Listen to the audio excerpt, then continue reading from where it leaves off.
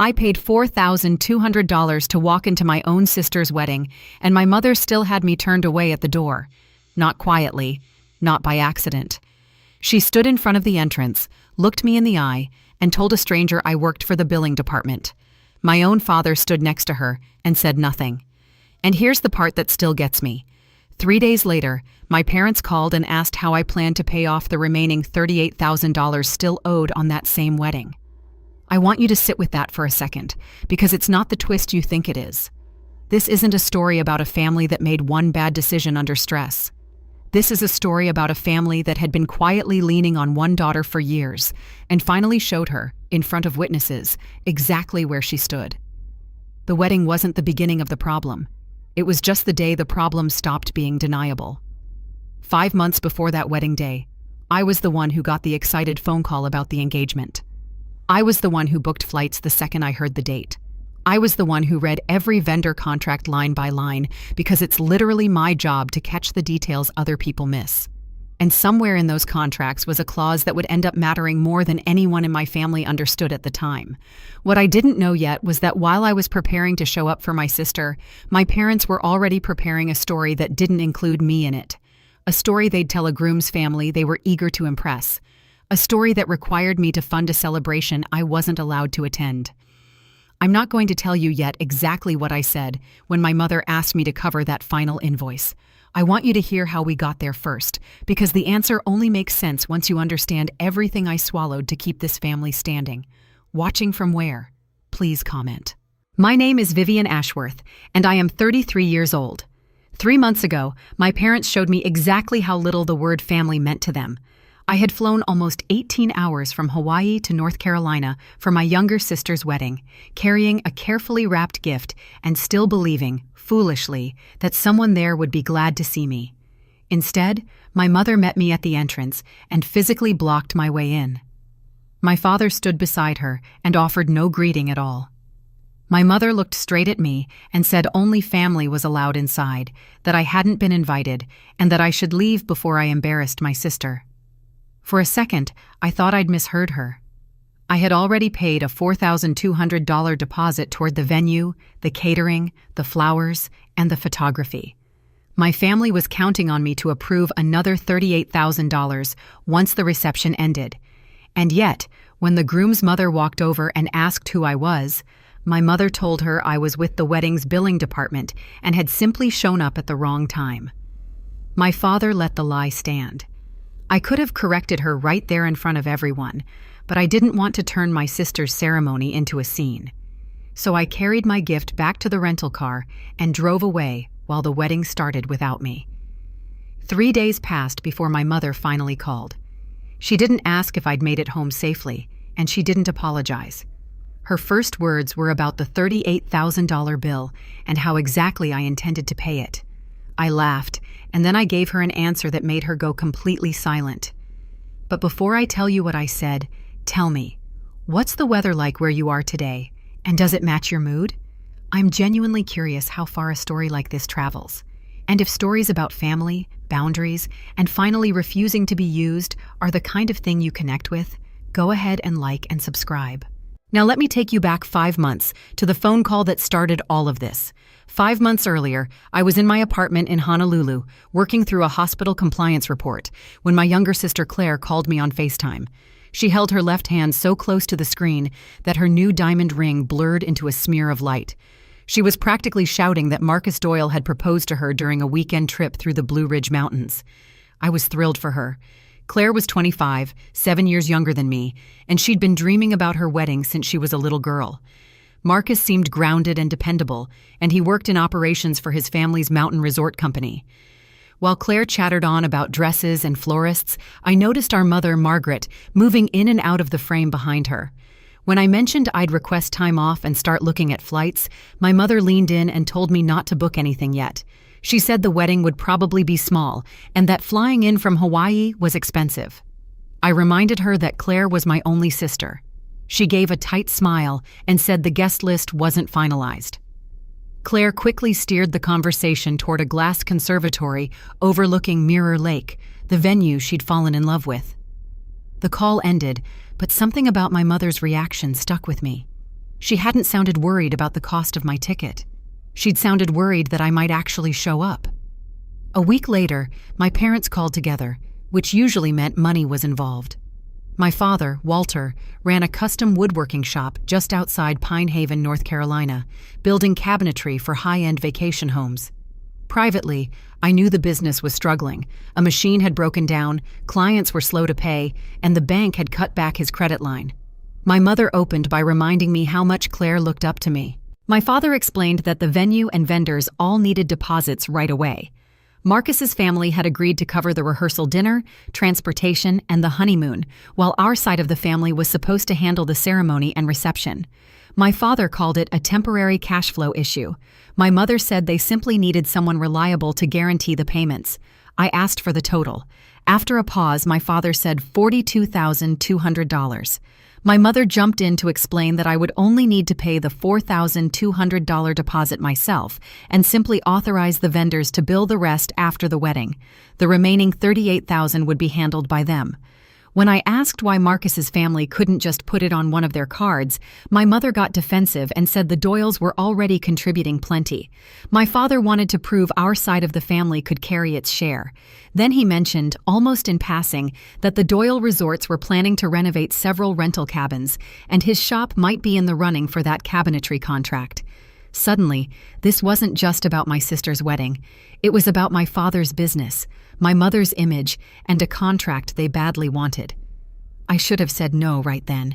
I had already covered a property tax shortfall for them, part of Claire's tuition, and a replacement piece of equipment for the shop. And each time, they were grateful only until the money landed in their account. Still, I didn't want Claire to lose her venue simply because I was tired of being the one who always fixed things. I told them I'd review the paperwork, since reading contracts for a living is literally what I do as a senior healthcare compliance auditor. I read every line. The listed hosts for the event were Walter Ashworth, Margaret Ashworth, Claire Ashworth, and Marcus Doyle. My name appeared only on a separate third-party payment authorization, one that let me cover the deposit and required my written approval before any final balance could be charged. If I declined that approval, the listed hosts remained on the hook. I flagged that clause and emailed it to my parents. My mother said it was just standard boilerplate and wouldn't actually matter. I signed it anyway and paid the deposit. My mother called me her lifesaver. Claire sent back a string of heart emojis and wrote that I was the best sister anyone could have. 2 days later, Claire started a wedding planning group chat. I only found out about it when she accidentally sent me a screenshot from inside it. I'd never been added. She explained the chat was just for people who lived nearby, and that the time difference made including me impractical. A month went by with no invitation. When I asked whether she even had my mailing address, Claire laughed and said immediate family didn't need a formal invite. Then my mother asked me not to post anything online about the wedding, since the Doyles apparently valued their privacy, even as Claire kept posting dress fittings, cake tastings, and venue walkthroughs for anyone to see. Whenever the Doyles were mentioned, my parents talked as though they were funding the entire event themselves. My mother posted that she and my father were giving their daughter the wedding of her dreams. My father posted about years of hard work finally paying off. Neither one mentioned me. I told myself I didn't need the credit, but I knew something didn't add up. At work, I never let inconsistencies slide. With my own family, I let everything slide. 2 weeks before the wedding, I still had no formal invitation and no schedule. Claire insisted I was automatically included because I was her sister. She told me to wear navy or dark green and said the ceremony started at 2.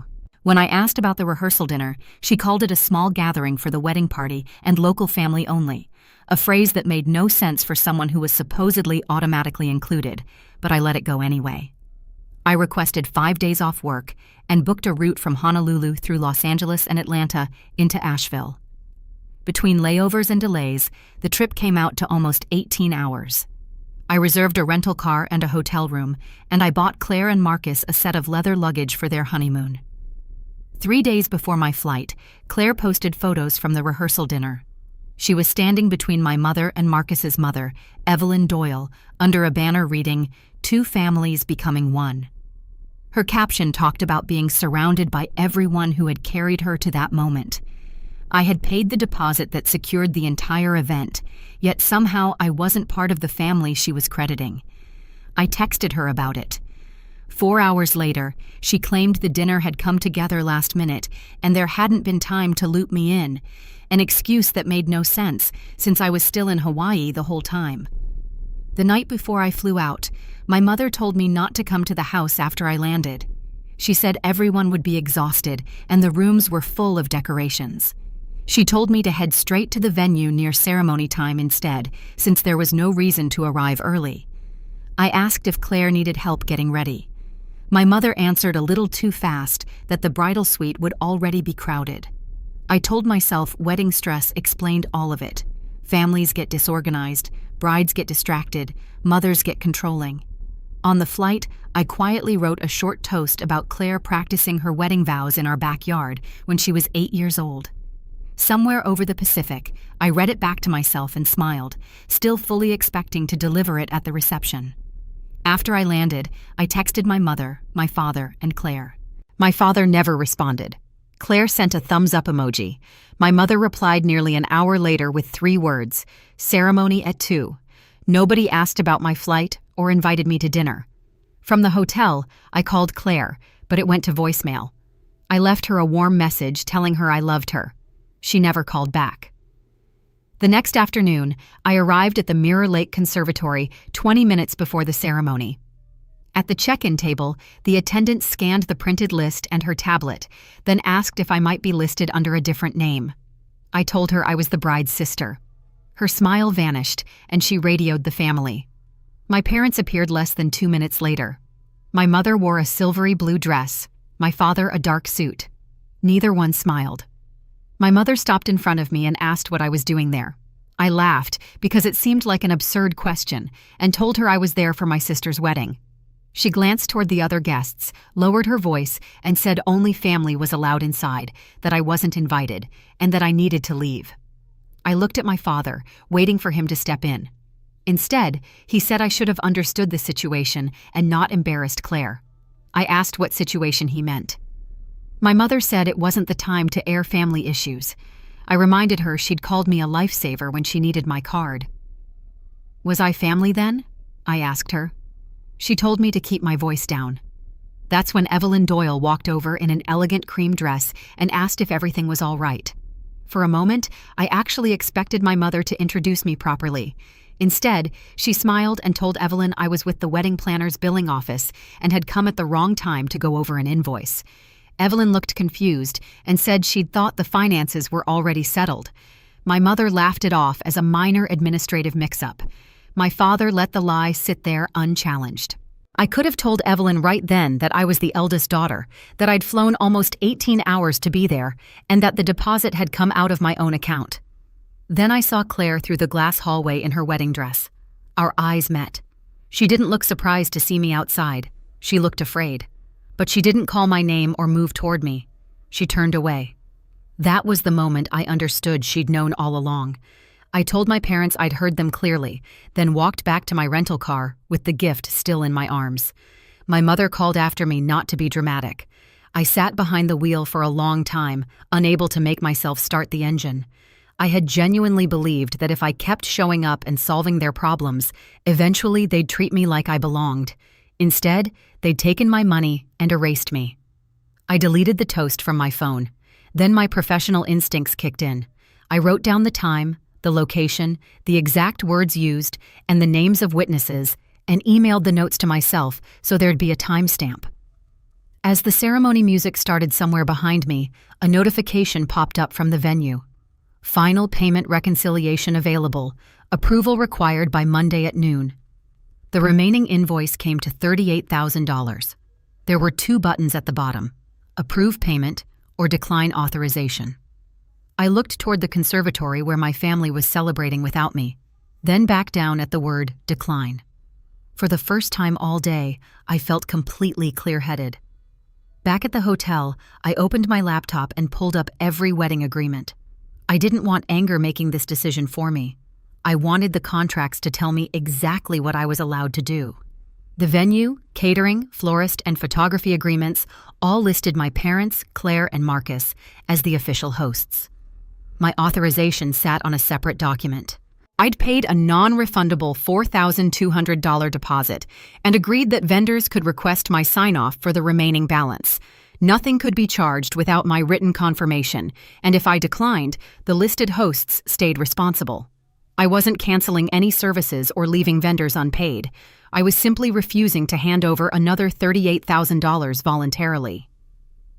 That evening, Claire left me a voicemail. She said the ceremony had been beautiful and the reception was going wonderfully. Then she apologized that things had gotten awkward outside, claiming our mother had panicked because the Doyles had been told I wasn't coming. She never explained why, never asked where I'd gone, never checked if I was okay. Her tone brightened the moment she brought up the invoice, reminding me to approve the final reconciliation and thanking me for making her dream day possible. She signed off calling me the best sister anyone could ask for. I listened to it twice. The second time, I finally understood what that phrase actually meant in our family. I was the best sister whenever I was solving problems, covering bills, and swallowing disrespect without complaint. Around 9 that night, my Aunt Roberta called, my father's older sister and a retired mediation attorney who'd been at the wedding and noticed I was missing.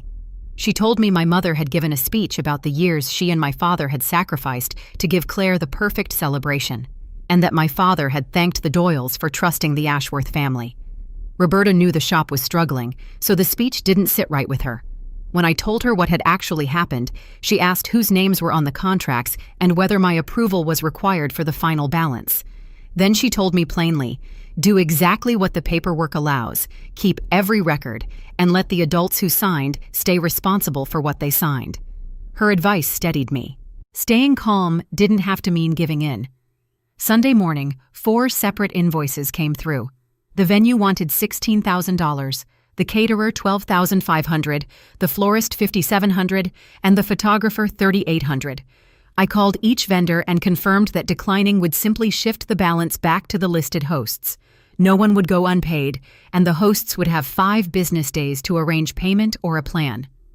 I asked for written confirmation of that. Then, one by one, I clicked decline authorization on every invoice. I noted that I hadn't attended the event or received any of the contracted services, and that I wouldn't be providing voluntary payment. I didn't mention the argument or say anything unkind about anyone. I saved every confirmation alongside the contracts and moved my flight up to Monday morning. Before I left, I packed Claire's wedding gift back into my suitcase. Mailing it later would have just been another way of pretending nothing had happened.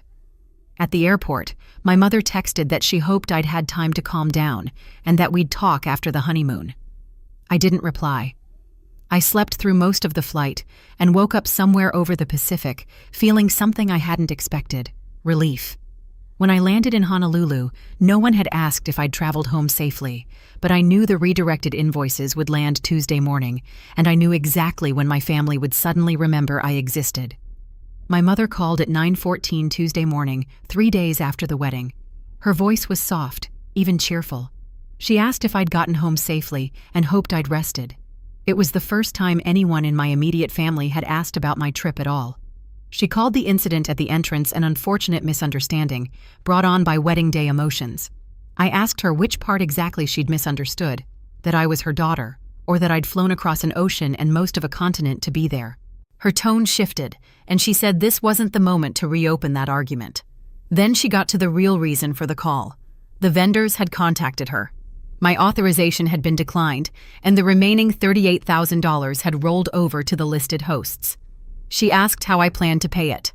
I laughed, because she genuinely sounded confused, as if my money still belonged to her after she'd denied I belonged to the family. Then I gave her the answer that made her go quiet. "You said only family was allowed inside, Mom, so the family inside can pay for it." The line went dead silent. Then she accused me of being childish and manufacturing a financial crisis out of one uncomfortable conversation.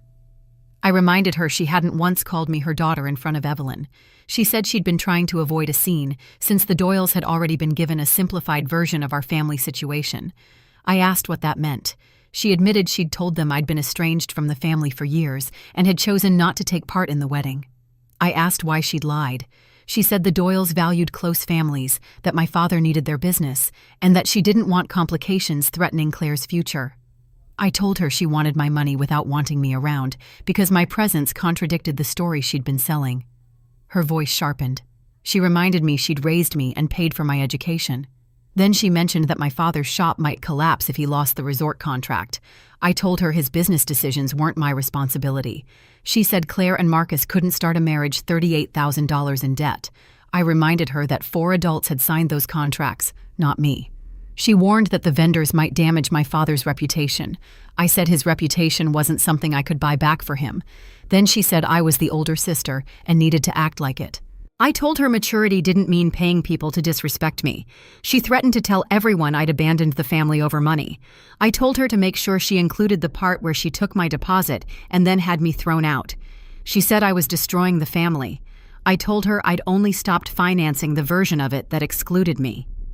She hung up. Claire called 20 minutes later, already crying. Marcus had seen the invoices and wanted to know why my payment had been pulled. I asked if she'd told him the truth.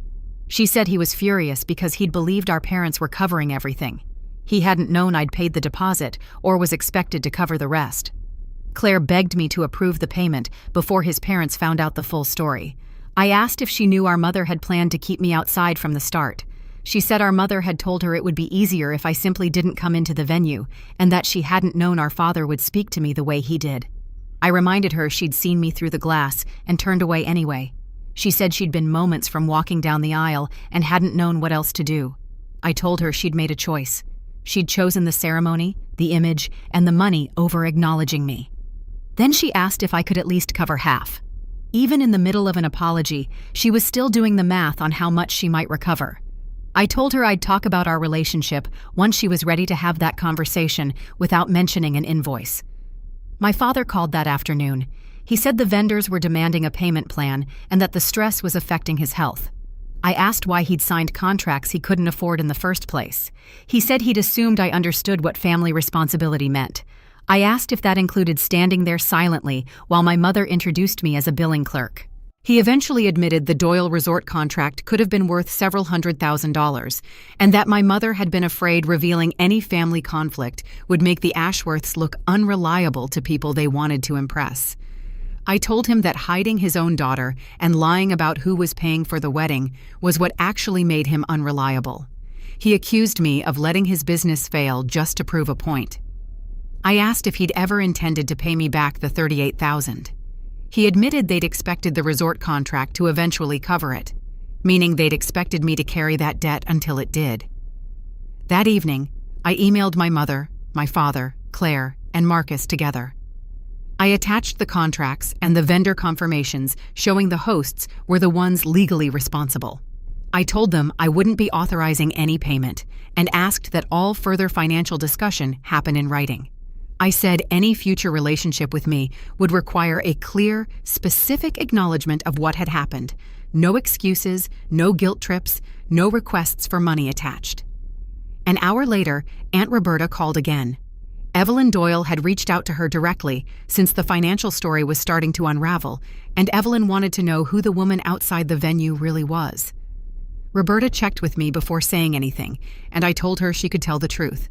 Nothing more and nothing invented. She explained to Evelyn that I was Walter and Margaret's eldest daughter, that I lived in Hawaii, and that I'd traveled almost 18 hours for the wedding. She laid out that I'd paid the deposit, had been expected to approve another $38,000 afterward, and had been stopped at the door and passed off as someone from billing. Evelyn kept asking why my own parents would do something like that. Roberta told her she'd have to ask them herself, but added that I'd shown more restraint walking away quietly than most people would have managed. That afternoon, Evelyn requested a sit-down with my parents, Claire, Marcus, and her husband. Marcus told me afterward what happened. Evelyn laid the contracts and invoices out on the table and asked my mother directly who had paid the deposit. My mother tried to claim it had come from the family collectively. Marcus corrected her. The receipt clearly showed my card. Evelyn asked my father why he'd claimed business savings were funding the reception. He admitted he'd expected to pay me back once he landed new work and confirmed he meant the renovation contract from the Doyle Resorts. Evelyn told him their company couldn't hand a major contract to someone who'd started the relationship on false financial pretenses. His shop was pulled from consideration. My mother tried to blame me for not cooperating. Evelyn asked how exactly I was supposed to cooperate with a wedding I'd been forbidden to attend. My mother repeated the claim that I'd been estranged for years. Finally, Claire admitted the truth, that I'd kept helping the family financially and had supported her through school. Marcus asked why she'd never told him. She said she was ashamed of how dependent they'd all become on me. He asked why the solution had been to ask for more money while pretending I didn't exist. She didn't have an answer.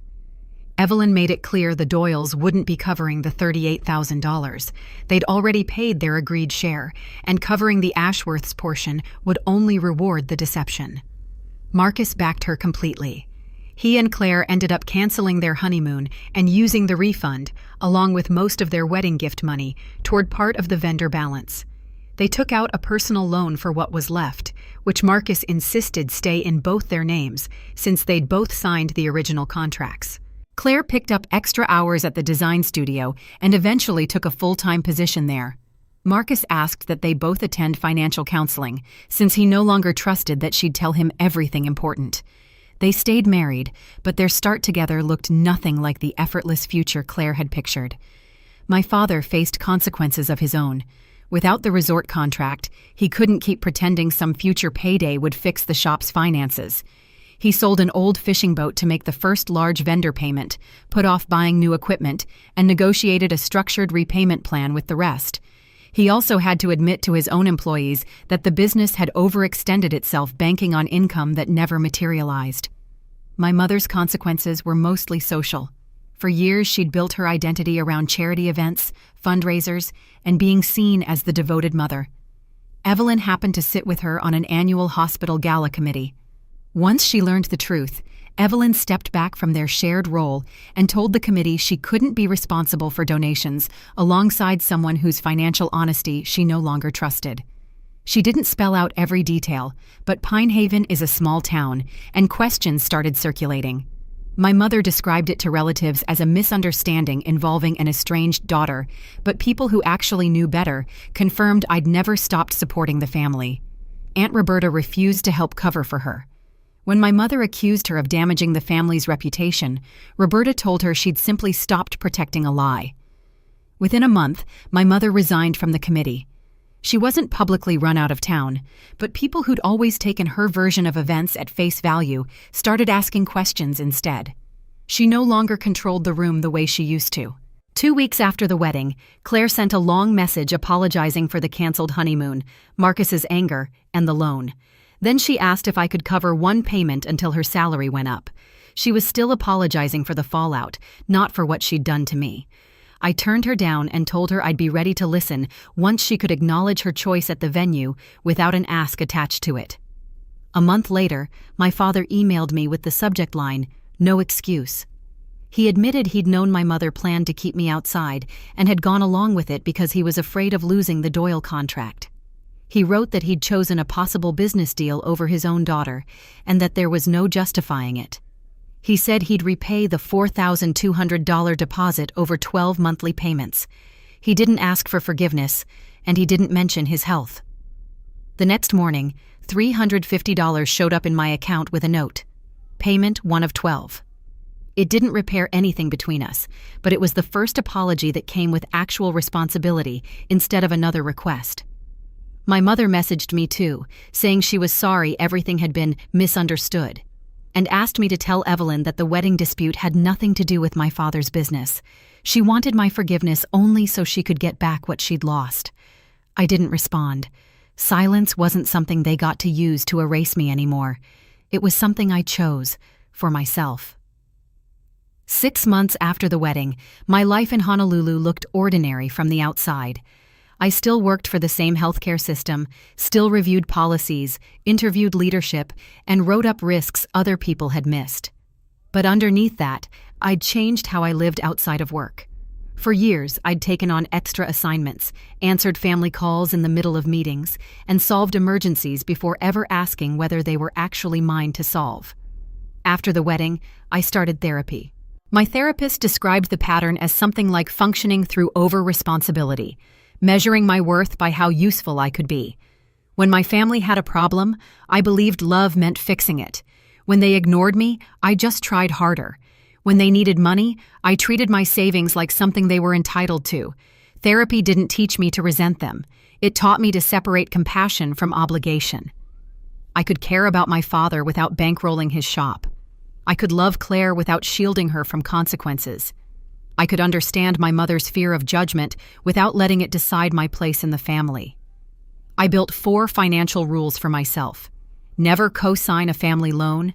Make sure any money I give is clearly labeled as a gift or documented as a loan. Never hand over a credit card for an event I don't control. And wait at least 72 hours before agreeing to any major request. Those rules weren't punishment. They just gave me time to think before guilt could answer for me. I even started sharing some of these principles during financial wellness sessions at work, without ever naming my own family.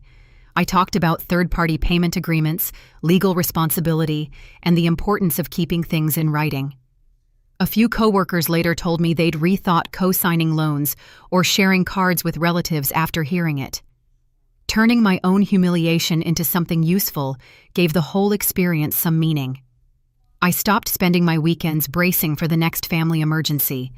I joined an outrigger canoe club and started paddling twice a week. I returned Claire's wedding gift and used part of the refund to buy hiking gear. I started spending time with friends who wanted my company, not my credit limit.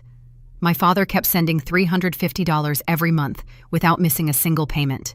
His emails became more honest along the way. He told me when the shop lost a client without asking me to make up the difference. He started working with a small business advisor.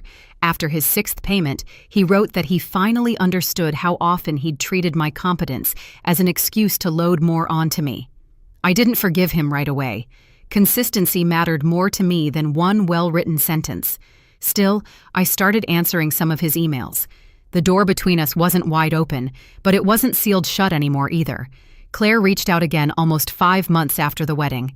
Her message was shorter than the first one. She admitted she'd known our mother planned to keep me out, and that she'd stayed quiet because she was afraid of losing the wedding and the Doyles' approval. She acknowledged seeing me through the glass and turning away anyway. She said she'd let me fund a celebration where I might not even be welcome. There was no request for money this time, no blame, no push for me to talk to Marcus. She said she'd understand if I never fully trusted her again.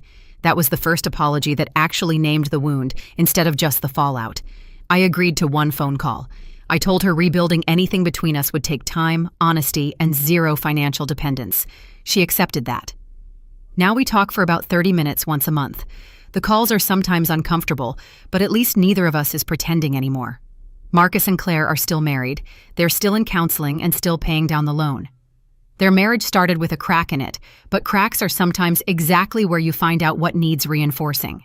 Whether they make it depends on what they build from the truth now, not on how their wedding photos turned out. My mother has never really apologized. She still calls the wedding a misunderstanding and tells relatives I overreacted. The difference now is that I've stopped chasing her approval or arguing over her version of events. I sent one final email saying I'd consider limited contact only if she could acknowledge 3 specific facts: that she told the Doyles I was estranged when I wasn't, that she took my money while planning to exclude me, and that she denied who I was to protect her own image. I told her I wouldn't resume any relationship until she could state those 3 things without changing the subject. She never answered.